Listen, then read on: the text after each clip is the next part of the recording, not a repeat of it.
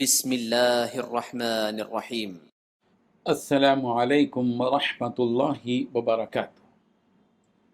حاضرین و ناظرین، یہ درس نمبر 1571 ہے اور آج سورۃ العنکبوت کی 3 آیتوں کی تلاوت اور تشریح کی جائے گی۔ آیت نمبر 21، 22 اور 23، 21، 22 اینڈ 23۔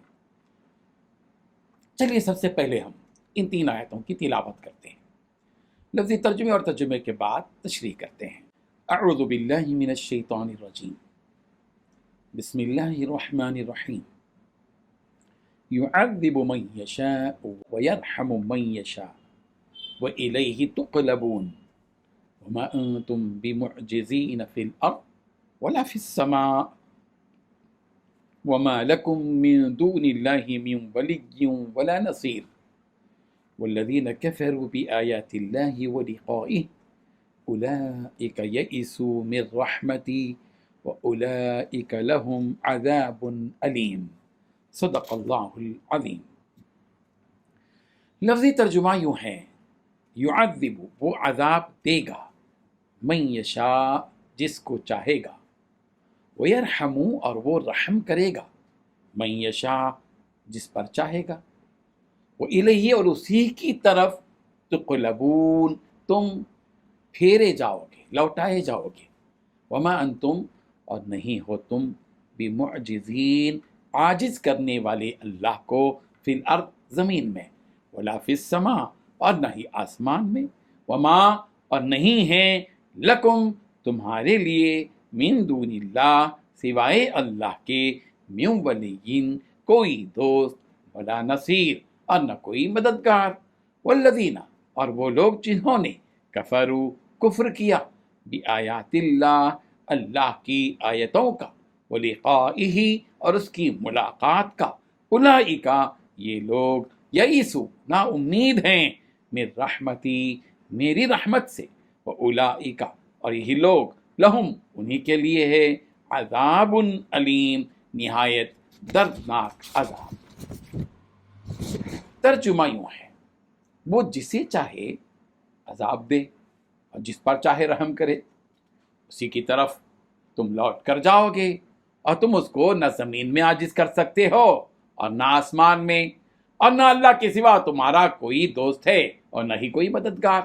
اور جن لوگوں نے اللہ کی آیتوں سے اور اس کے ملنے سے، اس کی ملاقات سے انکار کیا، وہ میری رحمت سے نا امید ہو گئے اور ان کو دردناک عذاب ہوگا۔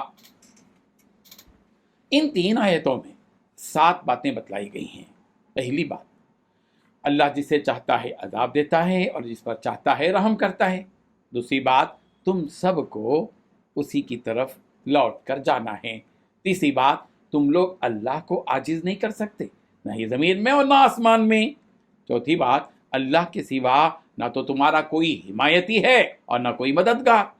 پانچویں بات، جن لوگوں نے ہماری آیتوں کا انکار کیا اور ہماری ملاقات کا بھی سنو۔ چھٹویں بات، یہی وہ لوگ ہیں جو ہماری رحمت سے مایوس ہوں گے۔ ساتویں بات، ایسے ہی لوگوں کے لیے دردناک عذاب ہے، درد دینے والا عذاب۔ بزرگان محترم، پچھلی آیت میں کہا گیا تھا کہ اللہ تبارک و تعالیٰ انسانوں کو ان کے مرنے کے بعد دوبارہ پیدا کرے گا۔ تو آپ دوبارہ پیدا کرنے کے بعد کیا حالات پیش آئیں گے، یہ بھی تو معلوم ہونا چاہیے کہ آدمی، ظاہر بات ہے کہ مر گیا، مرنے کے بعد اللہ تعالیٰ کہہ رہے ہیں کہ اٹھائے جاؤ گے، زندہ کیے جاؤ گے، پھر زندہ کیے جانے کے بعد کیا ہوگا بھائی؟ اللہ تعالیٰ اس کی تفسیر بتا رہے ہیں۔ اللہ جسے چاہے گا عذاب دے گا اور جسے چاہے گا اپنی رحمت سے سرفراز فرمائے گا۔ تو اس کا مطلب یہ ہوا کہ پورے انسان دنیا میں جو آئے اب تک آئیں گے قیامت تک، سب 2 حصوں میں بٹ جائیں گے۔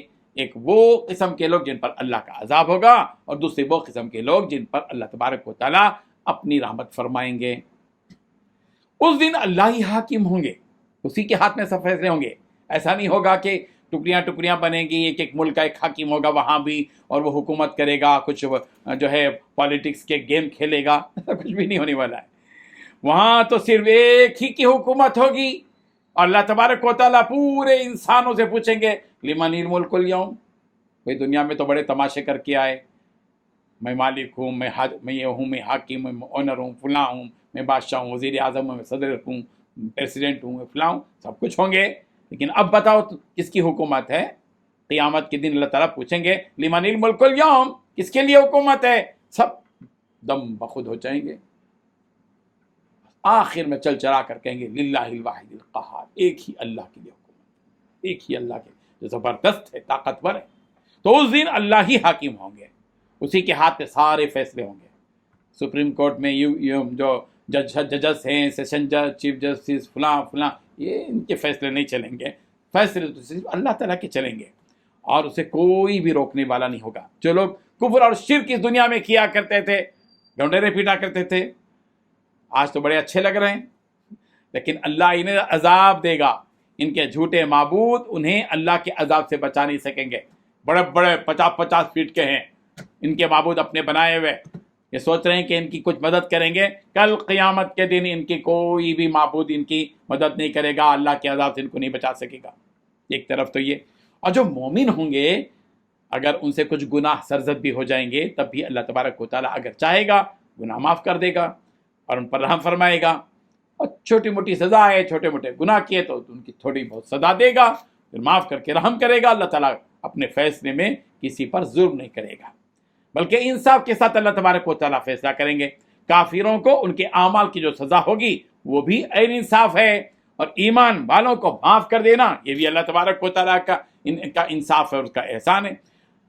जो अपनी रहमत से मोमिन को अल्लाह तबारक व तआला माफ़ कर देगा, ये भी अल्लाह तबारक व तआला की तरफ से इंसाफ है। जैसा कि हदीस में मज़कूर है कि अबू दाऊद की रिवायत है कि अगर अल्लाह ताला तमाम ज़मीन वालों को और आसमान वालों को अजाब दे दे तो वो उन्हें अजाब देने में जालिम नहीं होगा अल्लाह ताला।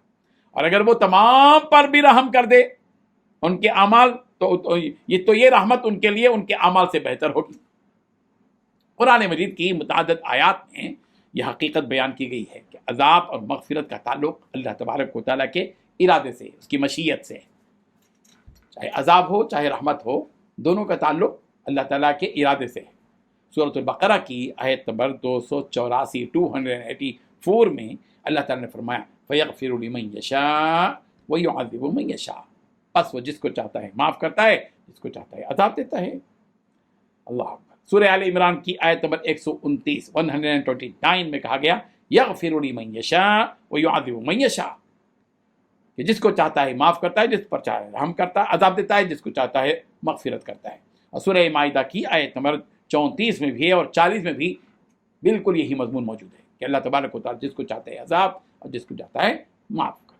अल्लाह ताला फरमा रहे हैं कि ये सज़ा हम तुम्हें ज़रूर देंगे, क्योंकि तुम्हारी मौत के बाद तुम्हें हमारे ही पास लौट कर आना है। इसलिए कि अगर तुम्हें इस दुनिया में अजाब से छूट मिल रही हो, अगर अल्लाह तबारक व तआला तुम्हारी शरारतें, तुम्हारी फ़िरका परस्ती, तुम्हारा जुल्म ढाना, तुम्हारा कत्ल करना, तुम्हारा लोगों की ज़िंदगी को अजीरन करना, जो सिलसिले तुम्हारे चल रहे हैं, अगर तुम्हें इस दुनिया में अजाब से छूट मिल रही है, अल्लाह ताला अगर अभी अजाब तुमको नहीं दे रहे हैं तो ये मत समझो कि आखिरत में भी तुम बच जाओगे। नहीं, दुनिया में छूट मिल गई है तो कोई हैरत की बात नहीं है, इसलिए कि असल सज़ा तो वहाँ मिलने की है। बल्कि जब तुम लौट कर हमारे पास अल्लाह कह रहे आओगे तब यकीनन काफिरों को यह अज़ाब मिलेगा, और अगर मोमिन होगा तो अल्लाह तबारक व तआला की रहमत पालेगा। और ऐसा नहीं होगा कि तुम ज़मीन में कहीं छुप जाओ और अल्लाह तुमको वहाँ पकड़ने से आजिज़ आ जाए, ऐसा कभी नहीं होगा। तुम दुनिया में जहाँ कहीं भी रहोगे अल्लाह तुम्हें पकड़ लेगा, यानी तुमको मौत के घाट उतारेगा। हाँ, वलौ कुन्तुम फ़ी बुरूजिन मुशय्यदा, तुम पुख्ता इमारतों के अंदर लाक लगा के कमरे के अंदर लाक मुकफ़ल होकर 100 कमरों के अंदर के कमरे में भी बैठ जाओ, लेकिन मौत तुम्हें आकर पकड़ेगी। हाँ, तुम अल्लाह की पकड़ से बच नहीं सकते। फिर जब आखिरत का मामला होगा तब भी तुम उससे बच नहीं सकोगे। ना तुम्हारे ये बुत जो तुम्हारे हाथों से बनाए हुए हैं, ये ना तुमको, जिनकी तुम दुनिया में इबादत कर रहे हो, जिनकी पूजा पाठ कर रहे हो, ये भी तुम्हारे कुछ भी काम नहीं आएंगे, और ना ही वो तुम्हारी कुछ मदद कर सकेंगे, और ना ही अल्लाह के अज़ाब से तुमको बचा सकेंगे।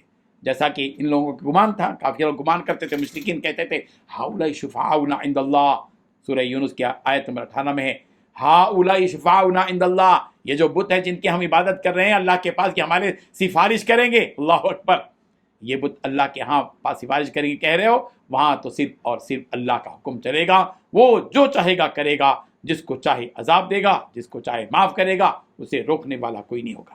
قیامت کے دن کون اللہ کا عذاب پائے گا اور کون اس کی رحمت پائے گا؟ اس کا جواب یوں دیا جا رہا ہے کہ جو کفار و مشرکین ہماری آیات اور نشانیوں کو جھٹلاتے تھے اور جو یہ کہا کرتے تھے کہ مرنے کے بعد نہ ہی انسان کو دوبارہ زندہ کیا جائے گا اور نہ ہی اس کا حساب کتاب ہوگا، تو یہی وہ لوگ ہیں جو اللہ کے عذاب کے مستحق ہوں گے اور اس کی رحمت سے محروم ہوں گے، جیسا کہ سورہ یوسف کی آیت نمبر 87 میں بھی کہا گیا انہ لا ییأس من روح اللہ الا القوم الکافرون، اللہ کی رحمت سے کافر ہی نا امید ہوتے ہیں، لیکن جو مومن ہوگا اور اللہ اور اس کے رسول کے احکامات کو مانتا ہوگا اور موت کے بعد اٹھائے جانے پر یقین رکھتا ہوگا، تو ایسے لوگوں کو اللہ اپنی رحمت سے عذاب سے بچا لے گا۔ قیامت کے دن کی اس ہولناکی سے بچنے کا ایک ہی طریقہ ہے کہ اللہ اور اس کے رسول کی اطاعت کرو، اس کے بتائے ہوئے احکامات پر عمل کرو، کل قیامت کے دن اللہ تمہارے لیے نجات کے اسباب پیدا کرے گا۔ اللہ تعالی ہم سب کو عمل کی توفیق عطا فرمائے، آمین۔ وآخر دعوانا ان الحمد للہ رب العالمین۔